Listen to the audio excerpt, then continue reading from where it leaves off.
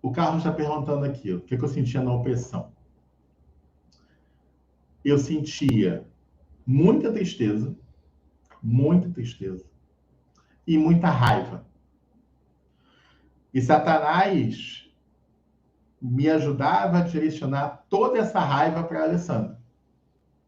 Então eu tinha raiva da Alessandra porque eu estava separado e eu tinha tristeza porque estava separado. Entendi. Isso. A raiva era toda canalizada para ela. Raiva porque eu queria me separar, raiva porque eu estava me separando, raiva porque a culpa era dela, porque tinha que ser de alguém, e não pode ser sua, não pode ser minha, então tem que ser dela. E eu assinei o divórcio. E fui para casa triste, sem saber como chegar em casa, liguei para ela, queria conversar, peguei o carro, voltei para conversar, no meio do caminho voltei para casa. Olha que loucura, olha o tamanho dessa opressão. Eu simplesmente estava perdido, sem saber o que fazer. Agora, meus sentimentos eram muito claros, querido. Confusão mental, raiva e tristeza. E a minha raiva era toda canalizada para ela. Eu acusava ela de tudo, de tudo. Eu dizia coisas absurdas. Tudo era culpa dela. Eu gritava com ela no telefone. Eu tinha um ódio enorme dentro de mim. E para mim, o resultado da minha vida, tudo que dava errado na minha vida, só tinha um culpado, a Alessandra.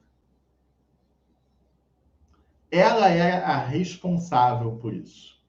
Por toda essa desgraça que estava acontecendo na minha vida. E preste atenção, isso tudo, esse sentimento todo, é quando o relacionamento com a Amy estava a mil maravilhas. E todo esse sentimento. E aí a situação piora, sabe por quê? Porque o relacionamento com a Amy não vai para frente. Ele não vai para frente porque não tem como ir para frente. Porque chega um momento em que toda aquela fantasia que Satanás cria na sua mente, ela é desfeita e vira uma realidade. E você está se relacionando com outro ser humano comum e que tem um monte de problemas também. E você não está afim de problema. Porque para viver problemas, você vai viver problema com a mulher da sua mocidade, da sua vida. Com outra pessoa, tem que ser tudo perfeito. E não existe relacionamento perfeito. Nessa confusão toda, nessa crise, nessa tristeza, nessa opressão, eu ia para as redes sociais e postava que eu era o homem mais feliz do mundo. Com a minha conta bancária a zero, eu dizia que agora sim a minha vida estava prosperando. Com dívidas sendo acumuladas em cartão de crédito, aluguel e todas as dívidas, eu ia para as redes sociais e dizia que a minha vida estava prosperando e que o motivo da minha vida prosperar era justamente porque agora eu tinha me divorciado. Eu dizia que agora eu tinha encontrado a felicidade.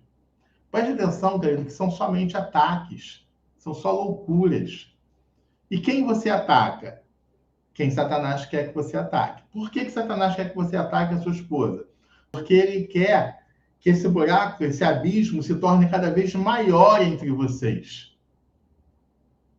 Porque quanto maior for o abismo, mais difícil é essa restauração.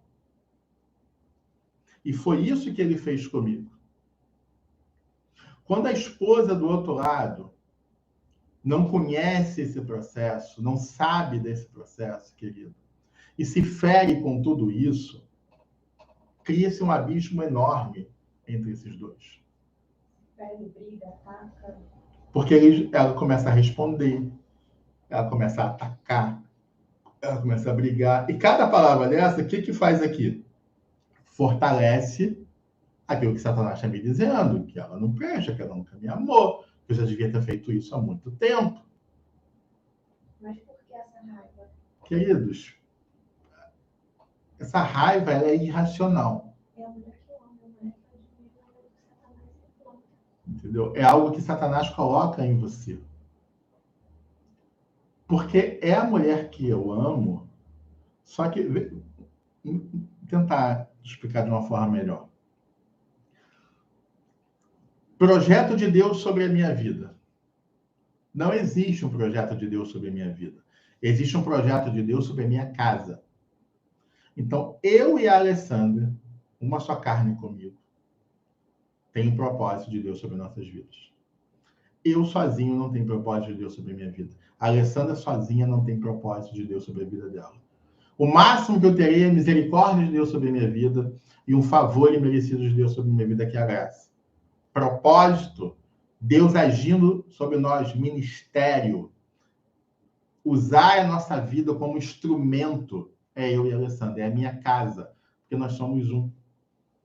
E tudo que Satanás quer é destruir os propósitos de Deus sobre a terra. Satanás é o inimigo de Deus.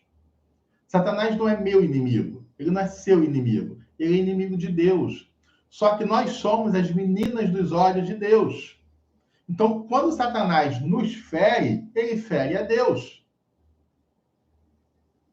Então, quando ele coloca no meu coração raiva da Alessandra, ele nos separa. E quando ele nos separa, ele anula o propósito de Deus sobre nossas vidas. Então, esse é o motivo da raiva. Ele coloca em mim frustrações, sentimento de incapacidade, pequenez, aí faz eu olhar para a Alessandra grande, faz eu entender o seguinte, a culpa é dela. Se você não venceu na vida, a culpa é dela.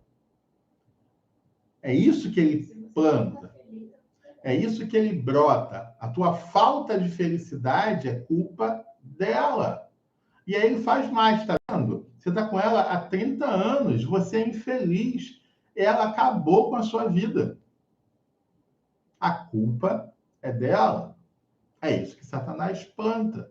Satanás te cega de tal forma que você não consegue enxergar tudo que você se tornou ao lado dessa mulher. Esse homem que está aqui te falando agora é o mesmo que há um ano e pouco atrás estava fazendo todas essas coisas. E esse homem que existe aqui, ele existe por causa da Alessandra. Porque nós formamos um ao outro, nós crescemos juntos. Se a gente for parar, botar diplomas numa parede, um cômodo com 4 paredes não vão caber os nossos diplomas. De incentivos um ao outro. Construindo juntos. Não tem querido, nenhum diploma que eu não faça parte com a Alessandra ou que ela não faça parte da minha vida. Nenhum. Todos foram conquistados juntos. Todas as conquistas, todas as alegrias, todas as tristezas, todos os desafios, tudo foi junto. Então, o homem que sou é graças a ela e a mulher que ela é graças a mim. É tudo um. Esse é o ponto. E aí, meus queridos, a gente entra num processo que é mais doloroso ainda, porque o relacionamento com a OM entra em crise, e o abismo entre você e a sua esposa ele é cada vez maior, a tristeza aumenta, você começa a perder a sua identidade. Por que você perde a sua identidade? Porque os amigos se afastam de você. Preste atenção. 30 anos juntos. Nos conhecemos, começamos a namorar em 1992. 30 anos juntos. Existe algum amigo que seja meu amigo ou amigo dela? O nosso meio é o mesmo. Quem adulterou? Eu. Quem traiu? Eu.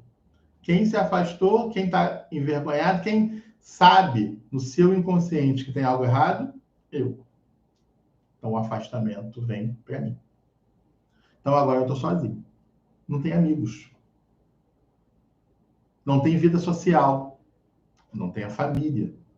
A família dela não tem como você acessar. Você está machucando essa pessoa está machucando a tua esposa, como é que você vai se relacionar com os familiares dela? E aí você percebe que você está num buraco sem fundo. E aquilo que você buscou ainda nem é tão bom quanto você achava que poderia ser. Então você não tem sequer uma bengala. E aí, queridos, que você se lembre que você um dia teve um relacionamento com o pai. E na casa do seu pai, até os empregados comem melhor e vivem melhor do que você está vivendo hoje. Lógico que você já deve ter entendido que eu estou fazendo aqui uma alusão à parábola do filho pródigo. Porque quando você se lembra do pai, você vai atrás dele. Ainda que você não saiba como, porque você já perdeu a intimidade. Ainda que ele não ouça a sua oração porque você está em adultério, você está em pecado. Mas, nesse momento, o que você menos precisa é ouvir a voz de Deus.